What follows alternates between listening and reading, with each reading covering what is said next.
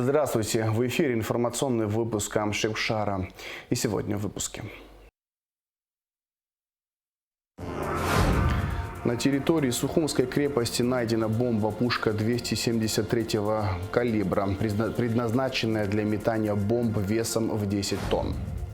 В начале курортного сезона ситуация не была радужной. Сейчас спрос на отели и гостиницы большой, а сезон может продлиться до октября. В Ткорчале планируют возродить добычу угля. При благоприятных условиях шахта может заработать уже до конца года. По словам главы района, предприятие даст до 2000 рабочих мест. Указом президента Абхазии Аслана Бжаня за заслуги перед Отечеством и активную общественно-политическую деятельность Левантий Гицпа награжден орденом Ахцепша 3-й степени. Кабинет министров принял постановление о внесении изменений в закон о республиканском бюджете на 2022 год и представил его на рассмотрение президенту страны. Изменения вносятся в параметры государственного и республиканского бюджетов на 2022 год. В ходе археологических раскопок экспедиции АГУ на территории Сухумской крепости была найдена бомба-пушка 273-го калибра середины 19 века. О том, какова основная цель раскопок, какие еще исторические артефакты были найдены на данной территории, в репортаже Анна Сласурия. На территории Сухумской крепости ведутся археологические раскопки, в ходе которых были найдены 2 пушки XIX века. В данных раскопках принимают участие студенты-практиканты исторического факультета, волонтеры, артиллеристы и даже отдыхающие. Историко-археологический заповедник Сухумская крепость является уникальным историческим памятником Абхазии, в котором сосредоточены культурные пласты и материалы различных эпох истории Сухума. Уже более месяца на этой территории ведутся археологические раскопки, в ходе которых экспедиции Абхазского государственного университета была обнаружена бомбовая или бомба-пушка 273-го калибра, представляющая собой гладкоствольное оружие, предназначенное для метания бомб. По словам исследователей, найденная пушка относится к середине XIX века, а вес ее составляет 10 тонн. В ходе проведения работ по извлечению пушки было найдено большое количество керамических сосудов, бронзовых изделий и исторических артефактов. Как правило, в раскопках изначально принимали участие студенты-практиканты исторического факультета, а уже позднее к ним присоединились волонтеры, военнослужащие, туристы и просто жители города, проявляющие интерес к историко-археологическому развитию своей страны. Сегодня же на территории крепости трудились служащие артиллерийской дивизии, что, по словам одного из руководителей экспедиции Габелия Алика, является очень символичным. Раскопки были начаты здесь еще в 20 веке. В течение 20 века несколько экспедиций работало. Здесь найдены очень интересные материалы. Римская крепость, римская церковь, христианская церковь. Вот. А потом уже после войны здесь археологические раскопки проводили несколько экспедиций, в том числе и экспедиции Абхазского государственного университета. Более 20 лет мы здесь работаем, довольно-таки интересные вещи найдены. Следует отметить, что в результате археологических работ на крепости была найдена еще одна пушка середины XIX века, однако ее пока не извлекли. Археологи считают, что на территории Сухумской крепости будет еще много памятников античной культуры абхазов.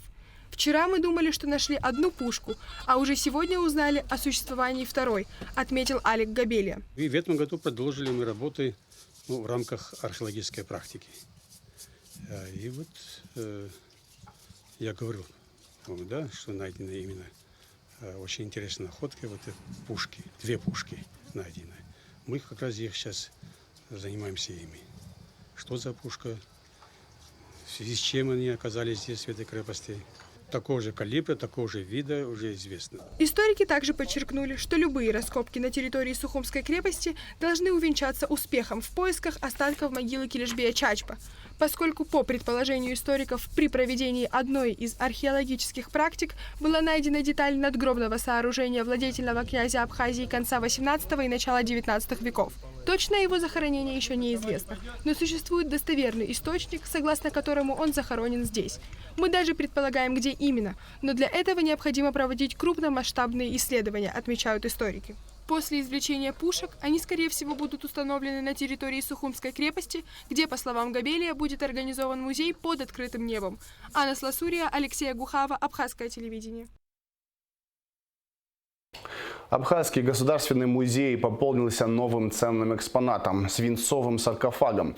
Саркофаг был обнаружен в августе 2021 года во время совместной абхазо-российской археологической экспедиции второй половины V – начала VI века нашей эры на территории бывшего античного поселения Гюэнос. По определению московского антрополога Татьяны Шведчиковой, на погребении обнаружен костяк мужчины около 50 лет. Находка саркофага, сделанного из металла, это огромная редкость для всего мира Византии, христианского мира этого времени. Ни одного такого саркофага не было найдено до этого ни на Кавказе, ни в Северном Причерноморье, ни где-либо на территории бывшего Советского Союза. Находки подобного саркофага были на территории Турции, в Южной Франции и Англии, отметил российский археолог, кандидат исторических наук Александр Скаков. Министерство иностранных дел Республики Абхазия направило ноту соболезнования МИД Приднестровской Молдавской Республики в связи с Днем памяти и скорби по погибшим и умершим защитникам ПМР в 1992 году. В ноте отмечается, события 1992 года доказали, что невозможно сломить дух приднестровского народа силой оружия. Разделяем горечь утраты вместе с приднестровским народом. Офицерские ряды сотрудников МВД Абхазии пополнили выпускники Волгоградской академии МВД России, сообщается на сайте МВД Абхазии. Церемония вручения дипломов состоялась в торжественной обстановке на строевом плацу вуза. По сложившейся традиции перед собравшимися выступил взвод барабанщиц. Выпускники станцевали лейтенантский вальс, затем воздушные шары подняли в небо символичный лейтенантский погон. В завершении церемонии выпускники прошли торжественным маршем по плацу Академии. Лето в разгаре. В этом году жара заставила себя ждать. Температура воздуха уже приближается к 30 градусам, а счастливые туристы принимают бронзовый загар на пляжах Абхазии. Какая ситуация с заполняемостью в отелях и гостиницах Сухума? Ответ на этот вопрос пытались выяснить наши корреспонденты. В этом году турфирмы прогнозировали туристический бум в Абхазии. Разные социальные опросы подтверждали эту гипотезу. Однако май и июнь не оправдали ожидания, да и погода в республике оказалась дождливой. Зато июль с лихвой заполнил все проблемы. Отели и гостиницы оказались заполненными, а на пляжах свободного пространства все меньше с каждым днем. В этом году лучшая посещаемость. Рабочие номера 165. Процентов 80, как я сказал, сейчас... Я точно не знаю такие цифры, сколько людей живут. Люди все довольны, потому что море рядом, турфирма стоит, экскурсии водит людей. У нас есть свой кафе, столовая, питаются хорошо, все довольны.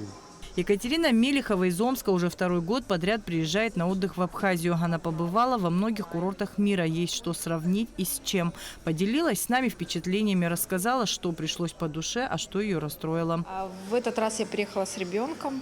Мы посетили много интересных мест. Афон, ездили в Каманы. До этого мы были еще в пещере. Все очень понравилось. Плюсы – шикарная природа. Радушные жители, очень дружелюбно настроенные. Что еще, наверное? Море чистое, ласковое. В Сочи, допустим, такого моря точно не найти. По поводу минусов скажу, что немножко шокируют заброшенные здания и что никто ничего с этим не делает. То есть у нас такого в городе точно нет и, наверное, не появится. И, наверное, еще из минусов – это интернет и связь дорогая. Именно с Россией. А так все хорошо. Людмиле Хаустове из Воронежа отдых в Абхазии нравится без всяких «но». Ежегодно с 2010 года выбирает нашу страну и нет желания поехать в другое место. Свое сердце я отдала стране души, говорит Людмила.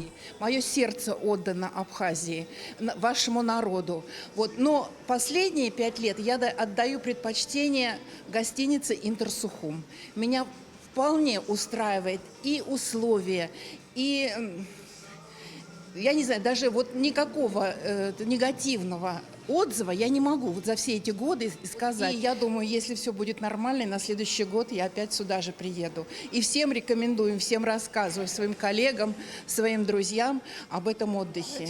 Единственное, какое неудобство, это собаки бездомные на пляже. Вот это вот все. В начале курортного сезона ситуация не была радужной, говорят работники туристической отрасли. Сейчас спрос на отели, гостиницы большой, а сезон может продлиться до октября. Наша съемочная группа посетила несколько столичных отелей и гостиниц. В бутике «Отель Гаруда» 51 номер, из которых 28 стандартных, все остальные номера высшей категории стандарта, среди которых люкс и делюкс и один президентский номер. По словам руководителя службы приема размещения Дианы Тарнава, бронирование номеров в сравнении с прошедшим годом маленькая. Это связано с геополитической ситуацией в мире, говорит Диана Тарнава. Могу сказать на примере нашего отеля, то, что у нас посещаемость гостей не уменьшилась. У нас динамика практически такая же, как и в прошлом году. Мы даже заметили небольшой рост по сравнению с прошлым годом.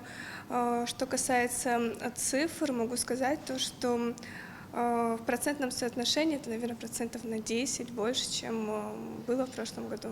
Гостиниц и отелей в Абхазии стало все больше, и, по-видимому, их количество будет расти. Появляются и новые места для отдыха. Меняется сама инфраструктура. Однако проблем с уровнем сервиса, а также дефицит качественного обслуживающего персонала остается. Но это другая тема для другого репортажа. Адиса Сагария, Камила Джопа, Абхазское телевидение. Сухумская кислородная станция увеличила производительность вдвое. Теперь она может обеспечить все больницы Абхазии. Ее мощность увеличилась с 200 до 400 тонн кислорода в сутки. По словам начальника станции Константина Аргун, краснодарские специалисты заменили устаревшие запчасти на оборудование, и теперь все работает как часы. Такой производительности не было в период пандемии. Ткварчале планирует возродить добычу угля. Об этом сообщил глава района Исидор Дочья. Проект компании «Ткварчал Уголь» сейчас находится на согласовании у экологов. И при благоприятных условиях шахта может заработать уже до конца года.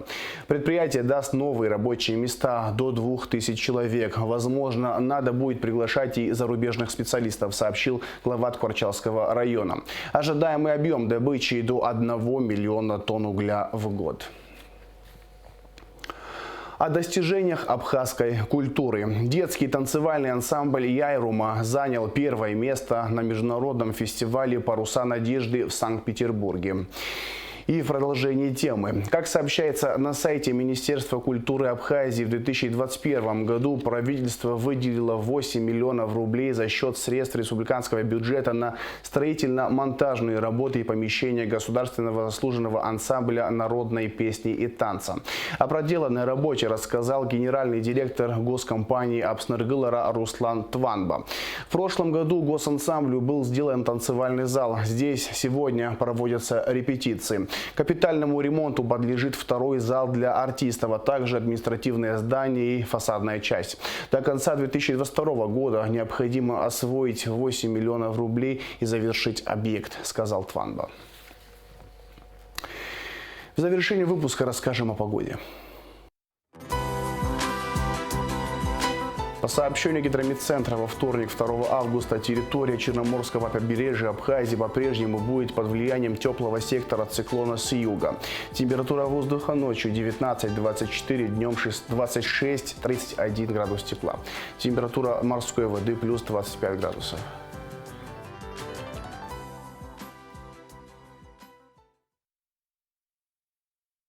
На этом информационный выпуск Амшипшара подошел к концу. Всего хорошего. До свидания.